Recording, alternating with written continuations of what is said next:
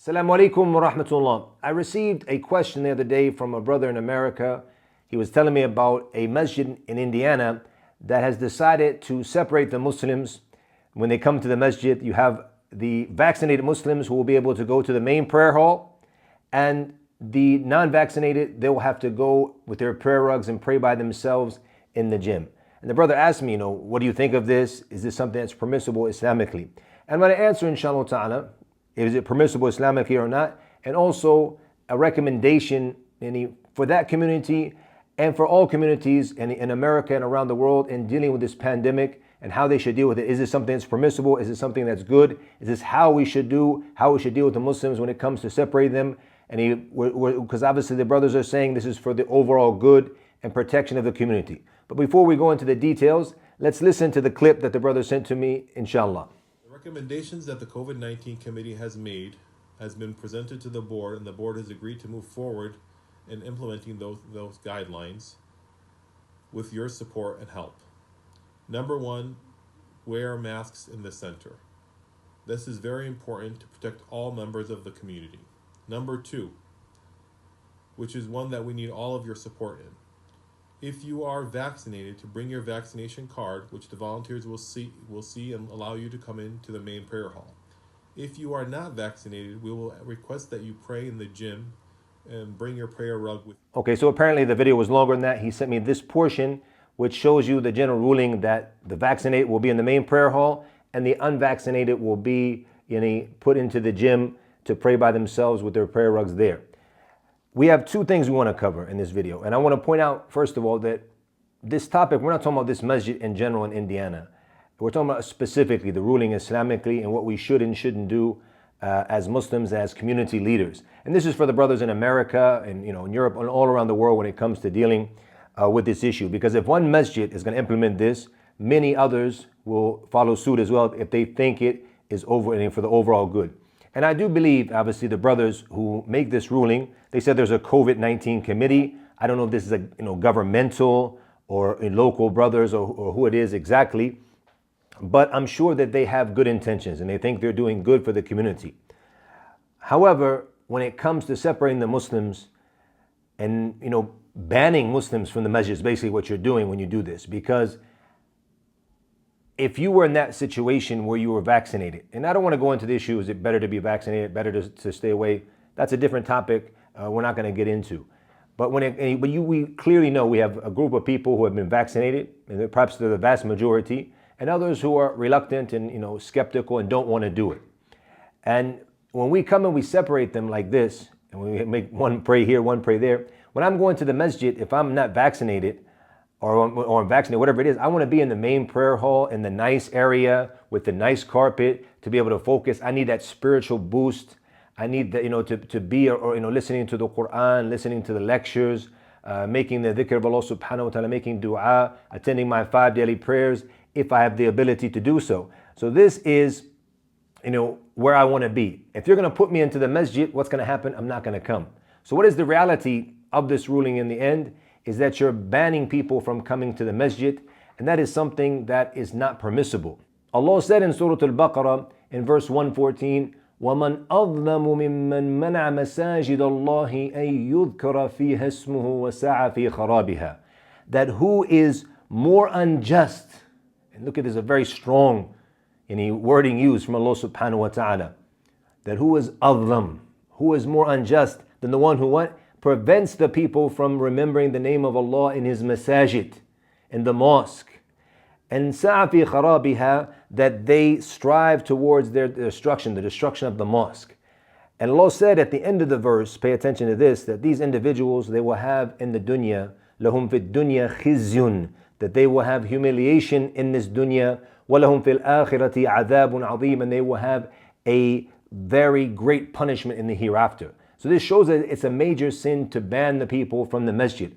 Obviously the people, they'll tell you this is not their intention, but nonetheless, this is the result of this ruling that they're passing. Therefore, we would say Islamically, it is not permissible to pass such a law where you separate the Muslims from coming into the mosque and put the vaccinated here and the unvaccinated. When we go to the aswaq, let's be honest. When we go to the marketplaces, do they have this? when you go out to the football games, and the people are sitting next to the stadium, do they have the vaccinated section and the unvaccinated section? No. So why would we do this in our mosque? Do we care more about the people's health than all of the other places in public? Subhanallah. And haven't we had enough in our masajid throughout the years in the West where we've been separated and segregated through our ideological differences, the issues of different madhabs, different outlooks, differences of opinions, and a new mosque has been formed and this group separates from that. This nationality has their own mosque and that nationality. Isn't it any time to stop this differing and splitting? Even if you say your intention is good, this is the reality of your results and what's going to happen. Maybe the unvaccinated brothers will come now and say, hey, let's make a masjid for ourselves. We'll go get a new musalla. They're not going to let us pray. I'm not going to pray in the dungeon. What do you say, the dungeon? The gym. Who wants to pray in a gym, man? I'll pray at home, or I'm going to make my own musalla. I'll go with some other brothers. We'll rent us a little apartment here, and we'll pray our 5 daily prayers there. We'll rent out a place for Jummah. We're not going to come with you guys anymore. So we made a separation of the community, falling into groups, making us weaker and weaker as an ummah. Therefore, clearly I believe it's not permissible for the Muslims to implement such laws where they segregate and separate between the vaccinated and unvaccinated. However, I will say this is in the case that it's something that they choose to do. If this is something mandatory from the local government, and I know most states in America and around the world as well, this is not the case. There might be certain things where you have to wear masks and all of that stuff, but when it comes to actually implementing, separating the people like this, it's something that most areas are not doing. But if it is something where you have to do it like that, then you have no choice in the situation. Otherwise, it's not permissible. Secondly, what is my advice to that community or other communities who are facing the same situation? What should they do? The brothers who are not vaccinated, or even if you are vaccinated, that you should stand up for freedom of choice. If someone doesn't want to get vaccinated, still by law, they're still telling us that that's our right. If we don't want to be vaccinated, we don't have to be vaccinated. Therefore, you're forcing someone to do something they don't have to do by law. And even if we want to go into the difference of opinion about the reality of the vaccines, the reality of the scientific proofs behind masks, you're going to see that the ones who choose not to go that route, they have their proofs, very strong evidences as well. Therefore, I would say that you need to advise the board who are in charge of the masjid to go back on that ruling and to stand up for your rights. Do whatever you can by any means. Obviously, we want to keep things quiet. We don't make a bigger fitna, but nonetheless, people need to stand up for their rights. And I'll tell you something very interesting. There was a very beautiful clip. There was a couple of months ago by Senator Rand Paul called Choose Freedom. And I'm going to put the link in the description box below. One of the best, and it's about 3.5 minutes or something like that. One of the best speeches I've heard about how we should deal with the same exact issue here. And he said, choose freedom. Even he talked about the scientific issue behind the mask and what have you. But something very interesting, which really stood out to me, he repeated it a couple of times in his little talk. He said that people have either received, they've had COVID, meaning they have natural immunity now, or they've received the vaccine, or they've been offered the vaccine, meaning they haven't chosen to do it.